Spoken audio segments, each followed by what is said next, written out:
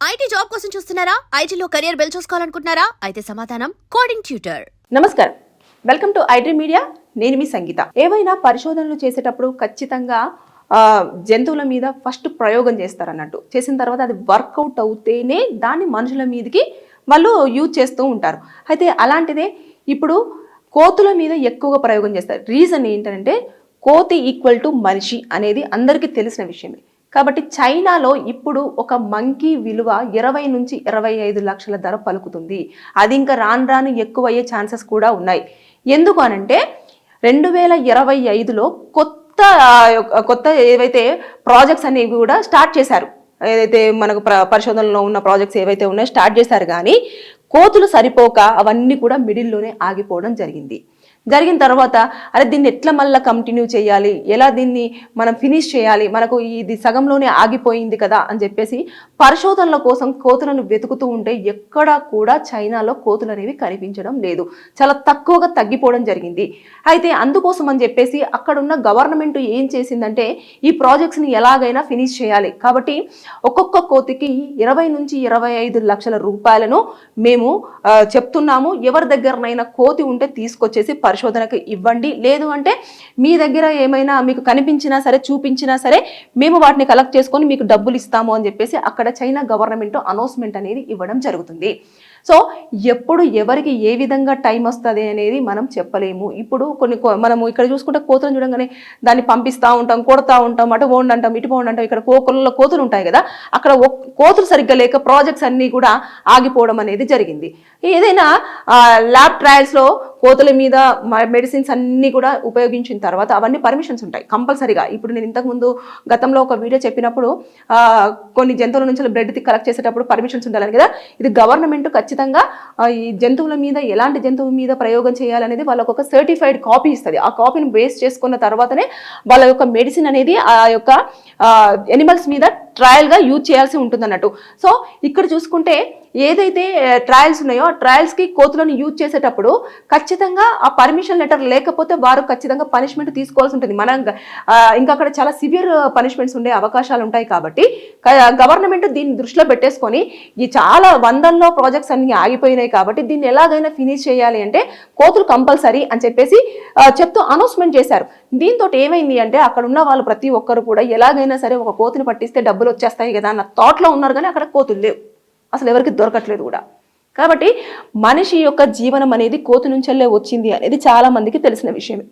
కాబట్టి అక్కడ ఏ మెడిసిన్ తయారు చేసినా సరే ఫస్ట్ కోతి మీద ప్రయోగం చేసిన తర్వాత అది వర్కౌట్ అయిన తర్వాత దాని యొక్క బిహేవియర్ కానివ్వండి, అది కానివ్వండి అన్నీ ఉన్న తర్వాత అప్పుడు దాన్ని మనుషులకు ఆ యొక్క ఏదైతే డిసీజ్ ఉంటుందో దాన్ని బేస్ చేసుకొని దాన్ని ఇంజెక్షన్ రూపంలోనో లేదంటే ట్యాబ్లెట్ రూపంలోనో లేదు అనుకుంటే ఎలాగైనా ఇవ్వడం జరుగుతుంది. ఇచ్చిన తర్వాత దీని మీద ఎలా అయితే ప్రయోగం జరిగిందో అదే విధంగా అక్కడ జరుగుతుందా లేదా అని చెప్పేసి పూర్తి స్థాయిలో ఎంక్వైరీ అంటే వాళ్ళు టాలీ చేసుకున్న తర్వాతనే అప్పుడు దాన్ని మార్కెట్లోకి మనకు ఫార్మా కంపెనీస్ త్రూ మాట్లాడేసుకొని దాన్ని ఇష్యూ చేయడం అనేది జరుగుతూ వస్తుంది. దానికి సర్టిఫైడ్ ఉంటుంది. తర్వాత నెక్స్ట్ అందరి హెల్త్ డిపార్ట్మెంట్ కానివ్వండి, అందరూ గ్రీన్ సిగ్నల్ ఇస్తేనే మరి మార్కెట్లోకి వచ్చేసి మనం కొనుక్కొని దాన్ని యూజ్ చేసుకోవడం అనేది జరుగుతూ వస్తుంది అన్నట్టు.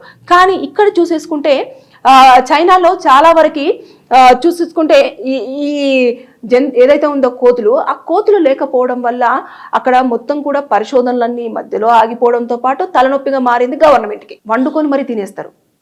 అది వాళ్ళ సంప్రదాయం అయి ఉండొచ్చు, లేదంటే వారి యొక్క జీవన శైలి అయి ఉండొచ్చు.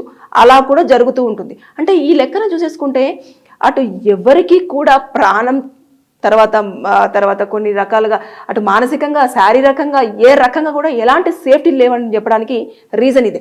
పాపం వాళ్ళు ఏదో ప్రయోగం చేస్తే కొన్ని సందర్భాలలో ప్రయోగాలు వికటించి జంతువులు చనిపోతాయి. దానికి ఎక్స్ప్లెనేషన్ కంపల్సరీగా ఆ ల్యాబ్ వాళ్ళు గవర్నమెంట్కి ఇవ్వాల్సిందే. మీరు మెడిసిన్స్ని ట్రయల్ చేస్తానని చెప్పేసి మాత్రమే అన్నారు. అక్కడ జీవి చనిపోయింది అని అంటే ఖచ్చితంగా వారికి ఒక ఎక్స్ప్లెనేషన్ ఇదో ఏదైతే మెడిసిన్ బాడీలోకి ఇస్తారో ఆ బాడీ వల్ల ఎలాంటి జరిగింది, అది మొత్తం కూడా ఎలాంటి ప్రయోగం జరిగిన తర్వాత ఏ ఒక్క ఆర్గాన్ అనేది డ్యామేజ్ అవ్వడం జరిగింది, ఎన్ని గంటల వరకు డ్యామేజ్ అయ్యింది అనేది మొత్తం పూర్తి స్థాయిలో చూసిన తర్వాతనే అదొక రిపోర్ట్ అనేది తీసుకెళ్లి గవర్నమెంట్కి సబ్మిట్ చేస్తే అప్పుడు వీళ్ళ పరిశోధనను వాళ్ళు ఏదైతే రీసెర్చ్ ఉంటుందో ఆ రీసెర్చ్ని ఆపడానికి కానివ్వండి, లేదు అంటే మధ్యలో మిడిల్లో స్టాప్ చేసేయండి అని చెప్పేసి మెడిసిన్స్ని హోల్డ్ చేయడానికి కానివ్వండి ఉండే ఛాన్స్ ఉండదన్నట్టు. ఇవన్నీ కూడా ముందుగానే పర్మిషన్ తీసుకుంటారు.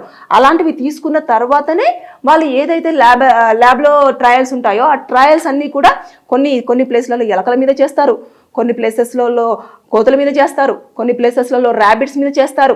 ఇలా ఒక్కొక్క జంతువు మీద ఏ ఒక్క మెడిసిన్స్ అనేవి యూజ్ చేయాలి, ఎలాంటి ట్రయల్స్ యూజ్ చేసేస్తే బాడీకి కరెక్ట్గా సెట్ అవుతుంది అని చెప్పేసి అనే దాని మీద డిపెండ్ అయిన తర్వాతనే వాళ్ళు పరిశోధనలు అనేవి కంటిన్యూ చేస్తూ ఉంటారు అన్నట్టు. ఇప్పటి వరకు ఏవైతే చేశారో అవన్నీ కూడా వాళ్ళకి మంచి బెస్ట్ రిజల్ట్స్గానే వచ్చాయి. ఏదైతే ఫినిషింగ్లో ఉన్నాయో ఫినిషింగ్లో వచ్చేసరికి కోతులు అనేవి ఎక్కడ కూడా కనిపించకుండా పోయాయి. పరిశోధనలు ఎక్కువైపోయాయి కదా, ప్రాజెక్ట్స్ ఒకటేసారి ఎక్కువగా వచ్చాయి. సో కాబట్టి వాళ్ళ మెడిసిన్స్ అనేవి ట్రయల్స్ చేయవలసింది వీటిపైననే. అందుకోసం అని చెప్పేసి అవి ఉన్నవన్నీ కూడా వీళ్ళు ట్రయల్ చేశారు, అయిపోయింది. కొన్ని బ్రతికాయి, కొన్ని చనిపోయాయి. తర్వాత నెక్స్ట్ కోతులు కూడా ఎక్కడ లేకుండా కనిపించకుండా పోవడం అనేది కూడా అవి భయపడ్డాయి అనుకోవచ్చు. వాటికి కూడా తెలుసుంటుందేమో మమ్మల్ని పట్టుకొని వెళ్ళిపోతారు అని చెప్పేసి. కాబట్టి ఇప్పుడు చైనాలో ఒక్క కోతి వాల్యూ 20 నుంచి 25 లక్షలు అంటే ఒక్కసారి ఇమేజిన్, అది పెరుగుతుందంట ఇంకా రాను కూడా. అంటే అక్కడ ఎంత ఇంపార్టెంట్ ఉన్నదనేది మనం ఈ లెక్కన అర్థం చేసుకోవచ్చు. ఎందుకంటే దాదాపుగా ప్రాజెక్ట్స్ అన్నీ కూడా మిడిల్లో హోల్డ్ అవుతే గవర్నమెంట్ ఎవరైతే ప్రాజెక్ట్స్ అన్నింటికి ఒప్పుకున్నారో ఆ ప్రాజెక్ట్స్కి ఎక్స్ప్లెనేషన్ ఇవ్వాలి. వాళ్ళ యొక్క ఎంతైతే ఇన్వెస్ట్ చేస్తారో ఆ ఇన్వెస్ట్మెంట్కి అంతా కూడా మనం లెక్కలు చెప్పాలి. తర్వాత నెక్స్ట్ గవర్నమెంట్ నుంచి ఏం ఫండ్స్ వెళ్ళాయో అవన్నీ కూడా ఖచ్చితంగా చూపించాలి. వాళ్ళు అనుకున్న దాని టైంలో ఫినిష్ చేయకపోతే ఆ యొక్క ఫండ్స్ అనేవి కూడా ఇంకా ఎక్కువ స్థాయిలో పెట్టాల్సి ఉంటుంది. ఇవన్నీ కూడా గవర్నమెంట్ మీద ఎక్కువగా, చైనా గవర్నమెంట్ మీద ఎక్కువగా బర్డన్ పడే అవకాశాలు ఉంటాయి. కాబట్టి వారు ఇప్పుడు చాలా తలలు పట్టుకొని కూర్చొని ఏదో ఒకటి చేయాలి అన్న ధీమాలో కూర్చున్నారు.